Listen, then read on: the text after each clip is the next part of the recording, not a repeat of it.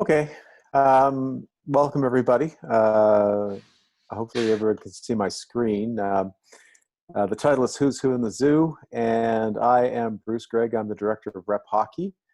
Steve Gully is the associate director of Rep Hockey this year. We're excited that all the teams' head coach positions have been filled by paid professional non-parent head coaches. And also we have some ACs there as well. So we have a fully rounded out roster of people to take onto the teams. And for coach development lead, we have for Rep, we've got Stan Siebert. So we're excited that actually for this year, we've got a fully staffed world that we can actually bring to Rep Hockey. The rep coaches this year for the U11 group, for A1, it's Amy Debris and Josh Henderson. A2 is Graham Thomas, Mike Sulmer, and Graham Miller as an AC. For A4, for U13, we've got Phil, and A2 is Mike Todd. So a lot of the names that you've known. We've got some people that have come in from UBC, Pat Sahota and Harrison Brown. You can see them all on the list here. We have also all of the upper levels set as well. So U15, Russ Weber, Danny Hildbrand, Kirk Starr, Kyle Starr, and Cam Alder. We have had a lot of people come and interested in volunteering as some of the programs are setting up, and there's some uncertainty. So we're benefiting from that, and I'm excited about the people that are coming in. U18, Steve Macy and Jason McCullough. So the rep coaches are set for this year, and we're ready to go to establish the teams. The tryout process this year is be a little different. We are not able to do the same process that we've done in the past. The focus this year is going to be on consistent process for all the players within each division. And we have to, at the same time, adhere to the venue restrictions and via sport guidelines. And we've already talked about that, is maintaining the cohort model and keeping the players together and safely being able to work as a group. The decisions this year were made by the head coaches and external evaluators. We don't have the ability to have the large groups in the venues that we've had before of evaluators working with us, but we are very confident that we've got some very good hockey eyes looking at the players and doing evaluations on them. There's going to be, for this year, a minimum of 3 evaluated sessions. U11 and U13 will have a practice September 21st the week. But remember, in all this environment, no parents in the rink due to venue restrictions. We can't stress this enough. I know that with the rep evaluation process, people like to see and be part of it. We cannot have any of that occur this year. So be cognizant and be respectful of that. The tryout process for U11 to U15, we're going to have a combination of 1 skill session and gameplay. It starts in the same groups we've had for the first 3 sessions for an individual skill assessment prior to the creation of gameplay and tryout groups. Movement after the sessions, rosters for the next session will be posted online and adjusted in Team Snap. So we will, in order to make sure everybody understand what's going on, we'll as quickly as possible make sure it's communicated to you so you can see where your players are landing and as the process moves along. It's a fairly tight process, and it'll be, as far as we can tell, reasonably streamlined for the whole process. U18 is a combination of practice, small area games, and gameplay. It's starting this weekend with gameplay. And the different groups from the first 3 sessions we formed, and some players may play both days of the weekend. So be aware of the necessity for your player to show up and when they're supposed to be there. And one of the things we have to make sure is that people can't stay around the facilities afterwards if you have to come back. So again, be cognizant, be aware that once you've entered the facility, you're there for a reason, then you have to leave immediately and then come back at a later time. So target roster timelines for when we're going to try and get this all set up. U11, October 4th and 5th. U13, October 4th and 5th. U15 September 26, 27 weekend, and U18 September 26, 28 weekend. But to be clear, these are subject to change if additional sessions are deemed necessary to make a final decision, or if there are any changes to the maximum number of players that are allowed at the venues. Again, this is all controlled by how we can actually best use the facilities that we have access to and the restrictions that we're under to try and make these assessments. For team assignment this year, we've been able to do face-to-face interviews after the sessions. Unfortunately, that will not be possible. We're not going to provide formal report cards, although we'll provide feedback by email with the team assignment. So we're going to try and make sure that people understand where they landed and some information around that, how the players did. But unfortunately, it can't be as comprehensive as it has been in the past due to the restrictions of space and time. Revised appeal process. We have to understand the virtual requirements and the quicker timeline, as the player will not be able to participate in a cohort until it's resolved. So we do have some timeline restrictions that are created strictly by the fact that we have to be respectful of when the player moves across the cohort. And Tanya mentioned that when a player moves from rep to rec, if they are taken out of the rep group, they will be in socially distanced practices at that point, as our recreational is at this point. So it's a little bit of a different process, but hopefully it will be working out smoothly. I jumped ahead of myself. Players assigned to C will be assigned to the team immediately, and there'll be a 2-week of physical distance skill sessions and their practice times. So additional programs we've got this year: player development. The Vancouver Hockey School will continue to lead skill development program via modified approach this season. Again, we have to make sure that we respect all of the health requirements.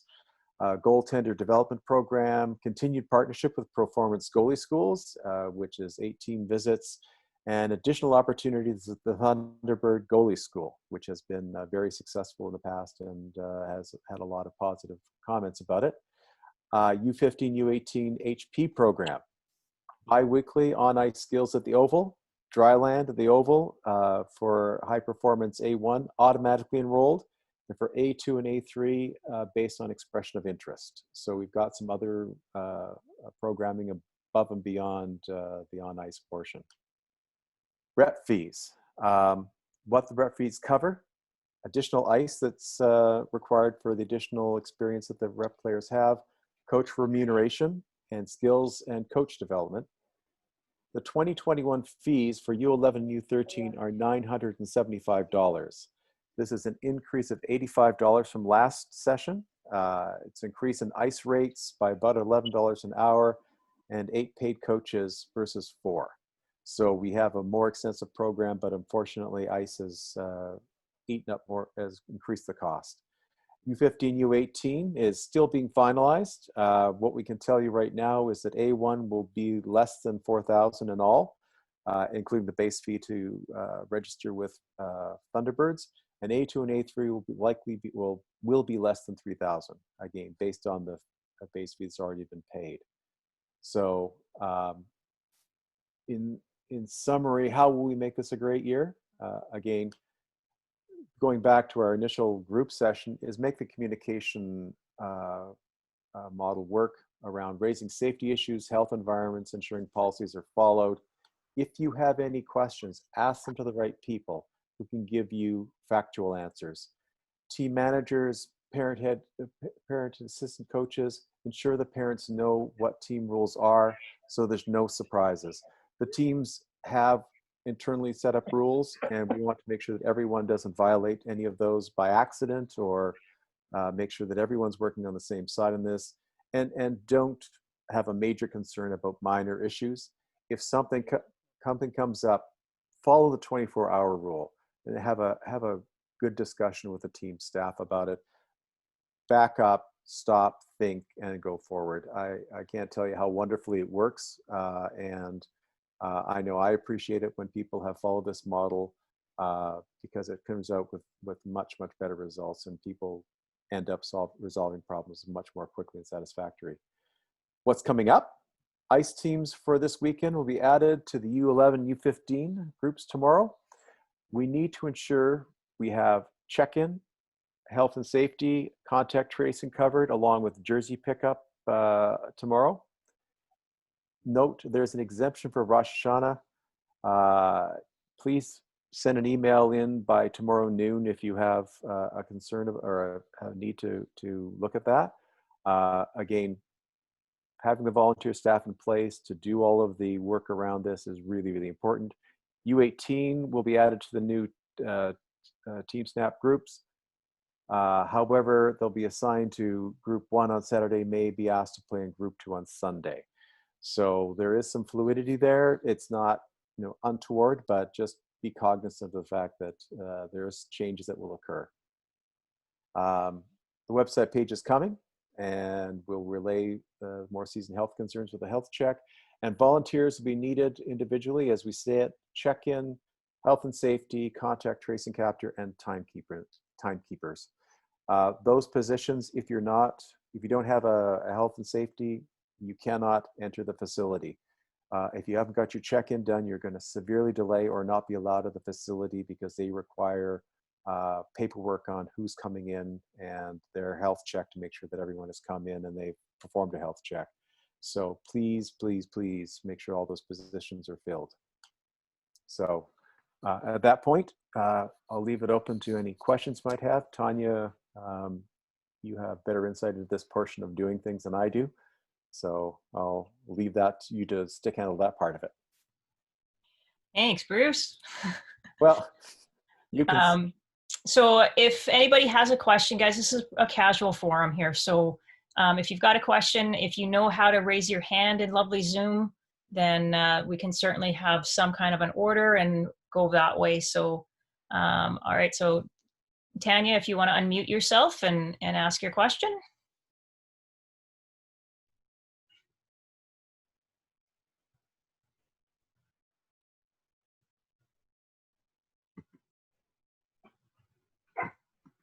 I'm not hearing anything at this point. Can I ask a question? I don't know how to raise hand, so. Okay, yeah, go ahead. Tanya, we're not able to hear you just yet, so we're going to move to the next one, and then we can try and come back to you. So go for it. Yeah, so what is the policy if miss one of the tryout in the coming weekend? So our standard policy is that nobody can miss a tryout session. There's two exceptions on this weekend. One is what Bruce talked about with Rosh Hashanah happening this weekend. We certainly appreciate that there are some plans that that may conflict, and we don't want to basically to say that they have to leave tryouts as a result of that. So that one is allowed to have an exception. For anything other than that, or a COVID-19 related sickness or health authority telling you to stay home, there are no other exceptions. So if you have a birthday party, if you have a family gathering, those automatically remove you from the tryout process if you do not show up for the ice time. So these are mandatory sessions, except for those couple exceptions that were noted. Okay, so my son hurt his left hand, is the part to hold the stick. Okay. So I don't know if he can fully recover during the weekend. So I don't know if this needs some doctor note or this is the reason. So if it's an injury, then a medical, we do need to have a doctor's note submitted. It needs to be emailed to me a minimum of 2 hours prior to the ice time. Okay. And that will excuse them from that session. And on that note, I strongly suggest that the doctor indicates how long the injury will last. Otherwise, you have to go back and get a note every single ice session. So if it's an injury that's going to be a week, get them to write that on there. If they're ready to go before that, you can go get another note saying they're able to return prior to that, but at least you're covered. Okay, all right, thank you. You're welcome. Okay, Tanya, any luck on your unmuting? Hi, I think you can hear me now? Yep, we got you. Okay, excellent, thanks. Okay, so understanding the reason why parents and spectators are not allowed in the ice rinks, I understand that the Oval has Oval Live TV that can be set up to watch, practices and then eventually maybe games. Has Thunderbirds arranged anything like that? So two answers for that. One is I did actually put out a call asking for people to help with finding some stuff, and I've had people send me a bunch of information, but nobody's stepped up to really take the lead on it. I did talk to the Oval though. It is incredibly expensive. And so it was not something that the Thunderbirds could take on at this point in time. And the quality is actually not that good. You actually can't even make out who the players are for the most part. So we are working with them to see they're upgrading their equipment. They're doing a number of things. And I'm also working with them a bit on negotiating the price. But it was definitely, it was excessive. So at this point in time, that is not an option that we're pursuing. Okay, thank you. Okay. Tom. Hi, Tanya.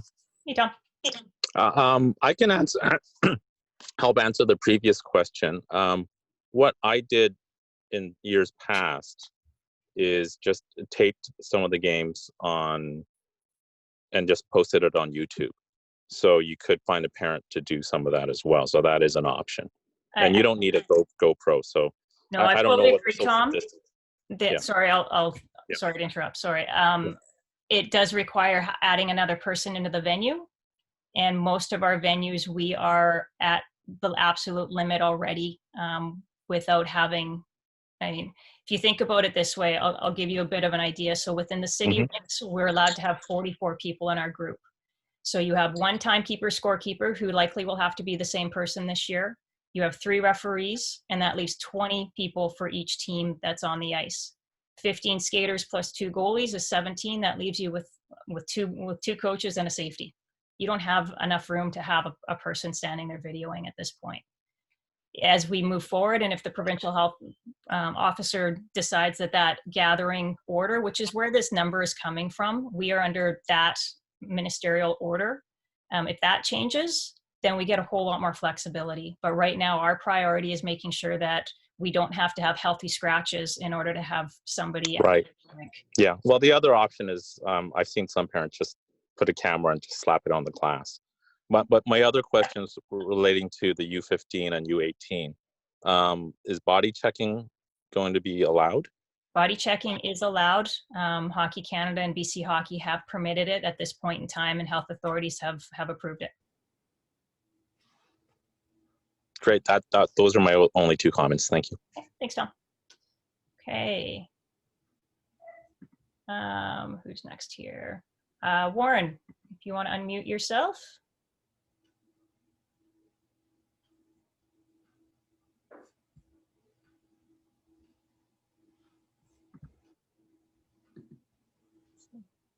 Warren, we'll give you another few seconds here to see if you can sort out your unmute. He's just put it in the chat, Tanya. Okay. And there's a couple questions in the chat as well. He doesn't have a mic. All right. Warren, okay, so you did put a question in the chat, Bob. I missed the part about timekeepers. Do you need HCSP? So yes, we need 1 timekeeper, we need an HCSP, we need a check-in person, and we need the contact tracing for all of the upcoming tryout sessions. Okay. Richard?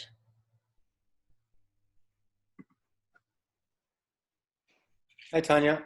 Hey, Rich. Hi, everybody.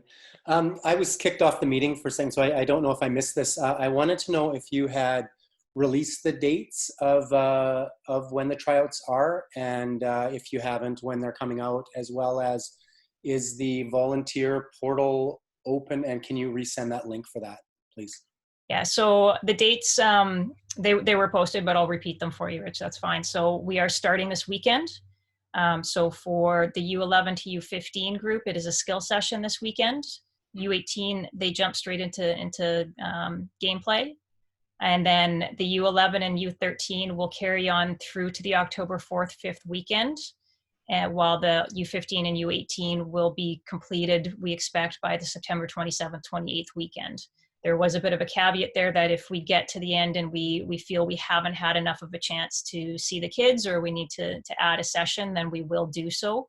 We are not allowed to operate exhibition games this year, and so we want to provide our evaluators the opportunity to make sure that they get to see the kids in every situation that we can potentially put them into. Okay, thanks. And sorry, can you resend the volunteer link Yeah, as well? we'll send all that information out once the group's times. It'll start going into all the group team snaps for this weekend, and we will be either an email, or else if I can get the website up tomorrow, then the volunteer portal will actually be a link right there as well. Thank you. You're welcome. So Warren, I see that your question was that does the timekeeper need safety? No, in fact, the timekeeper we will ask is not the acting safety in the building. You can certainly have it, but if for a safety's role, you need to be able to step away. And if you're in the timekeeper role, that makes it a little bit complicated. So does it hurt to have a second person on site? Nope, but it's not, you won't be the acting one in that role. Okay, Joanna. Sorry, I'm trying to hit unmute. Just wondering if you can share when you expect the first round of releases to occur, or just a general sense of how long that will go. So or sorry, after it won't be after the first session or not. No, so it's going to be everybody carries through to the end. So until we actually set rosters, everybody that's in tryouts will carry through. So essentially what we've done normally is we have a skill session and two game plays before we do the first releases. What we're going to do this year is we're actually going to carry everybody through the 4 that was normally in that Hillcrest week, and take us up until when we would normally go into exhibition play, so that we have the chance to be able to, it's such a different year that it just makes a lot of sense to be able to carry them all the way through. Okay. Let me see if I can catch up in the chat here.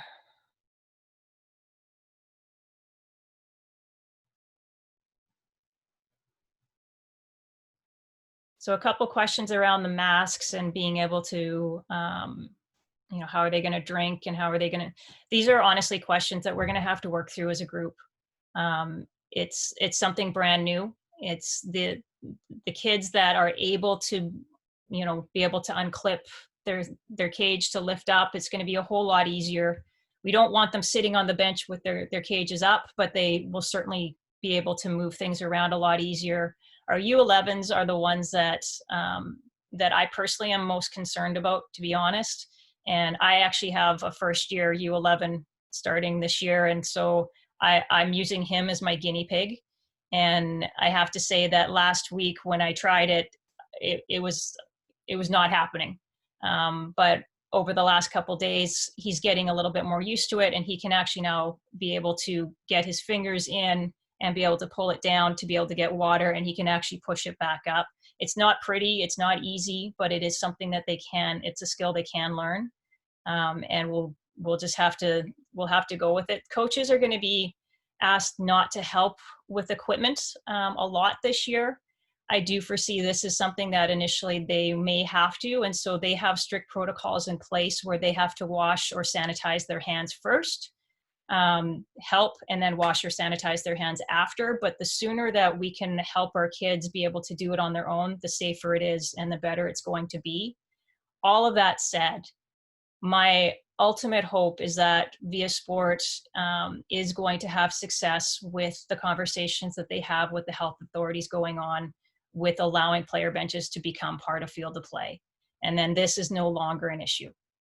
That's what has been the conversations from basically a week before phase 3 guidelines became public. All the PSOs had them in advance, and BC Hockey was already talking to them. They came out, all of the minor hockey associations have joined in, and VIA Sport understands it. They have actually taken it forward to health authority, who at this point in time, honestly, my thought process is that health authorities have many other things that are higher priorities to them than worrying about masks on the bench.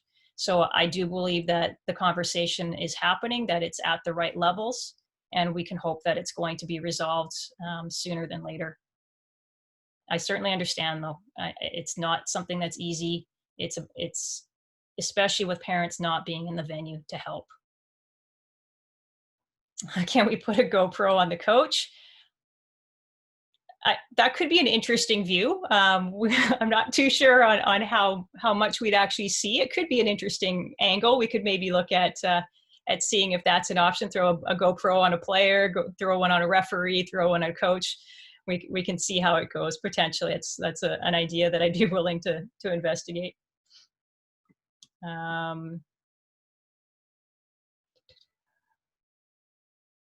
More details on the dry land at Richmond Oval. So we are still working through with them because they are still working through their protocols. To be honest, the only thing that we're waiting for them to figure out is where the kids can get changed between doing a dry land and an on ice session. So for those of you that aren't familiar with the Oval program, the Oval HP group, they train athletes from grassroots up to the Olympics and Paralympians that are based out of the Oval. So this is an awesome group of trainers, very hockey specific on some of their coaches. And so we're really excited to be able to get in there. We're hoping that it's going to be as easy as the on-ice skill sessions will be on Monday nights again this year. We're hoping they'll be able to go to dry land first, get changed into their hockey gear, jump on the ice right there. And so there's not the in-between travel and things like that this year. But as I said, they do have to work through some of their protocols around that, because right now they are not allowing dressing rooms to be used. And we can't exactly have these kids changing from their t-shirts and shorts into their hockey gear in the big open dressing area.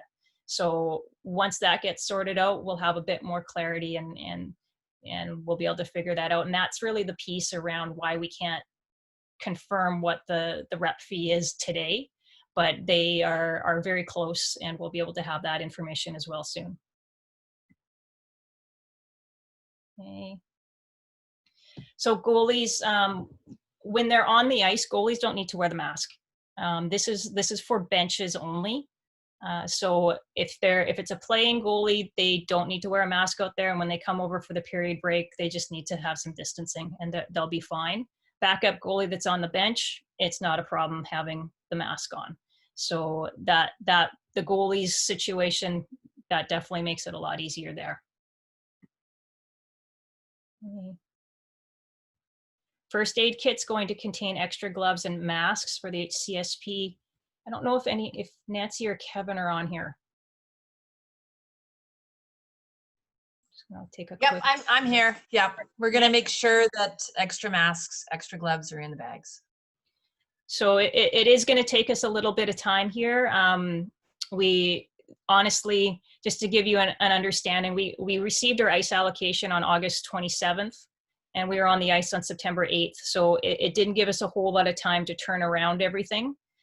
First aid kits, we got them out the door, but we certainly need to look at replenishing and making sure that we do add in some extra masks and gloves into them. So that is Nancy and Kevin, our co-risk managers, are all over that.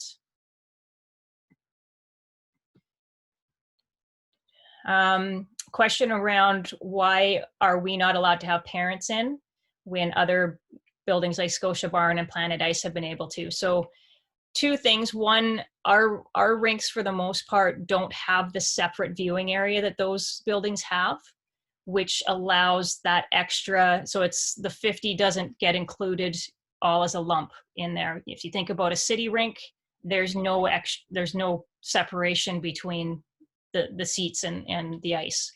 And that right now is being classified as being a single gathering. And so that's what we're restricted by, is we can only have 50 people in the same area. UBC is exploring it. We're not sure exactly where they're going to land. ProTrans, it's not going to happen, but they are looking at it for Father Bauer. So we'll update you as that goes forward. We hope that at some point that we're able to find solutions. Right now with the city, we want them to open their doors first and be able to get on the ice, and then we'll tackle that as the next step for sure there. UBC, same thing, we wanted them to open up. Now that they're starting to look at these additional pieces. GoPro and all players, sounds good to me. We need to get a sponsor for this. Okay. Will there be any movement between teams after the rosters are set on October 4th and 5th? No, once the roster is set, the roster is set. So what we're hoping to be able to do, as we talked about earlier, is keep all of the players throughout the process to be able to give them as much opportunity as they can, especially for our U11s. Most of them, our first years, they typically have a pretty robust spring program. That didn't happen this year. We have a number of them that have never played 5-on-5. So we wanted to be able to give them a little bit of extra time to be able to get their feet under them out there.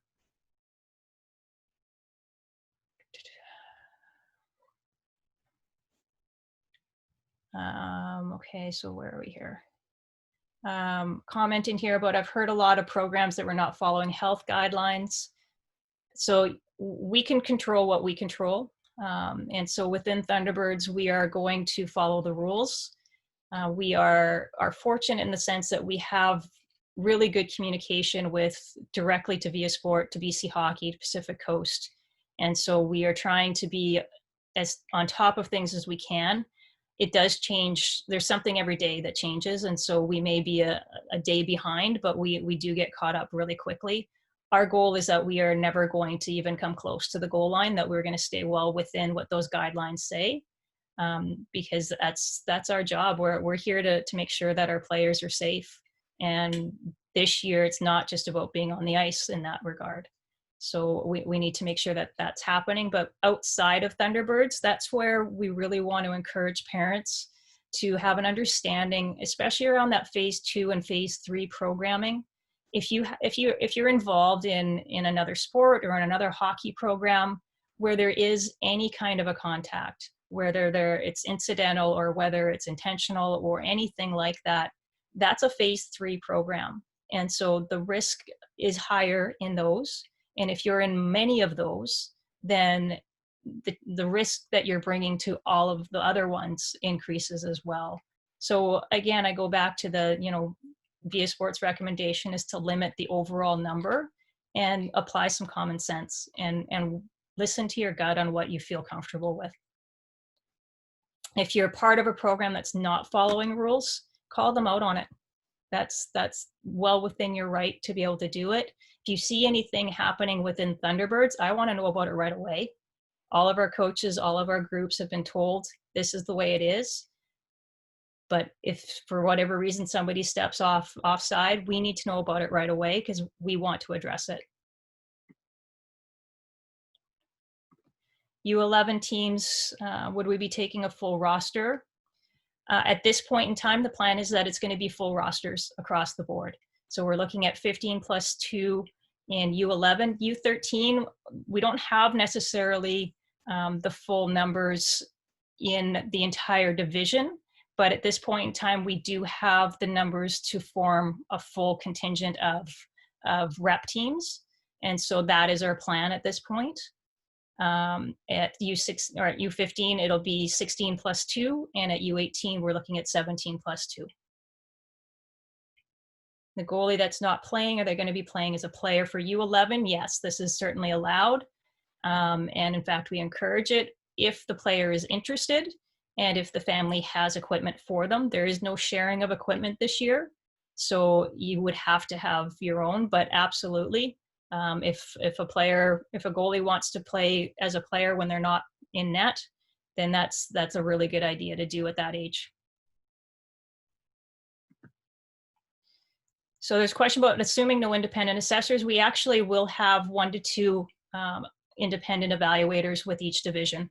So that will, we're not going to be at the 50 within our tryout groups. It'll be more around the 22 to 25 player plus the coaches and evaluators. So we have built it out in a way that we can have them in the rink as well. What date do we need Gators by? So basically by the first gameplay. So for, I'm trying to think, U18 starts this Saturday, but we're trying to keep those groups to 20 skaters max, which will be 2 teams of 10. And Oval has confirmed that we can fit 5 on the bench. So we're trying to fit within that. So I would urge you to get one, but we're hoping not to have to use them for the U18 group this weekend. For everybody else, their games will start the following weekend now. So I've managed to adjust the schedule a little bit to be able to make that, to give everybody a bit more time. Cyclone Taylor has brought some basic Gators in the store today, and they actually have a contact that can bring in as many as we need. Sports Exchange is bringing in some patterned ones with some designs that will be in their store by Saturday. Amazon, you can have them here tomorrow. So there's a number of different options out there for them. Friday's check-in clinic, the Netgator is mandatory. No, it is not, because we do not use the benches. So again, the mask is only for when it's not on field of play. So anything on the ice, a practice, you won't need it. For the check-in clinic, it's all on the ice, you won't need it. It's only when we do gameplay where we actually have to have more people that are than what can be physically distanced on the bench, which in some of our venues is 3. So it all depends on the size of the bench. At UBC and Father Bauer, we can do 4.5. So if anybody is willing to, cut in half, we're good. But that's how strict it is. And the venues will definitely have, they'll err on the side of caution as opposed to, yeah, we'll just let you do 5. That 5th person at UBC will have to stand outside, or else everybody has to wear a mask. And B-Span is also bringing in some Gators. Nancy, thanks for that. Yes, I forgot to mention that. Chris is getting a bunch that are done up as well. So there's definitely options. And as the season goes on, if this stays there, I have a feeling that we're going to start seeing some pretty good designs. So, and even you're still going to need to wear a mask as you enter most of the venues. So even if you don't need it on the bench, this is likely going to be a popular team kind of an apparel item this year.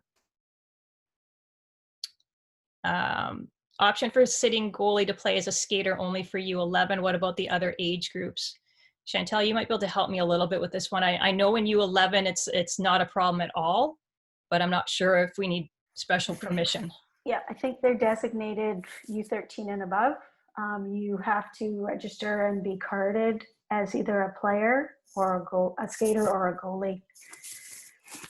It's something we can ask at one of our next meetings. So, yeah, I think this year the catchphrase is, there's 2 of them. There's cohorts and then there's flexibility.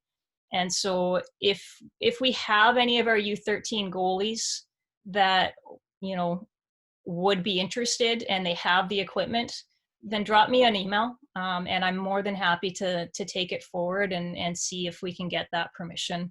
I don't know if we get it, but I also don't know if they're going to say no to anything like that this year, because it is definitely a different season and things like that. So.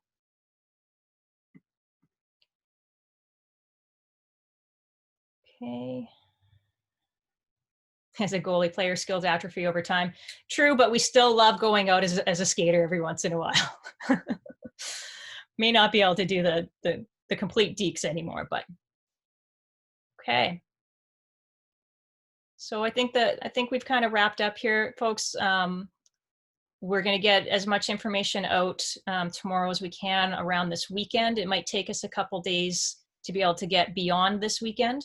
That's kind of my life right now, is if I can look more than 48 hours ahead, it's a luxury. So I will get this weekend up and running and start to build out from there. Please do sign up to volunteer. One of the things that I don't have the time to do is chase people down. So Tom and Harish certainly helped me out a ton with this first round. I'm hoping that we can help them out as we move forward now that everybody's kind of got the idea of what's happening, and people can jump in and help. Okay. Just to jump in here for a second, Tanya, everybody, Tanya and Chantel and everyone else is doing a fabulous job of navigating this incredibly complex world, and just a big vote of thanks to them. And as Tanya said, it's flexible and fluid, and it's been great. So I really, really appreciate their efforts and everyone else's to be supportive of this. So it's been wonderful. Thank you, Bruce. And Sanjeev, I saw your note. If anybody's listed in the wrong position, send me an email as soon as you can, please. because that does help our numbers and things like that as we build out after this weekend. So awesome, thank you. We look forward to a great tryout process. We will keep you, I'll probably send you more information, honestly, throughout the tryout process than we normally do because you're not in the rink, and try and keep everybody updated as we go. But if there are questions, please don't be shy to send me a note. All right, thanks everybody. You can jump off and go enjoy the rest of your night. Thank you.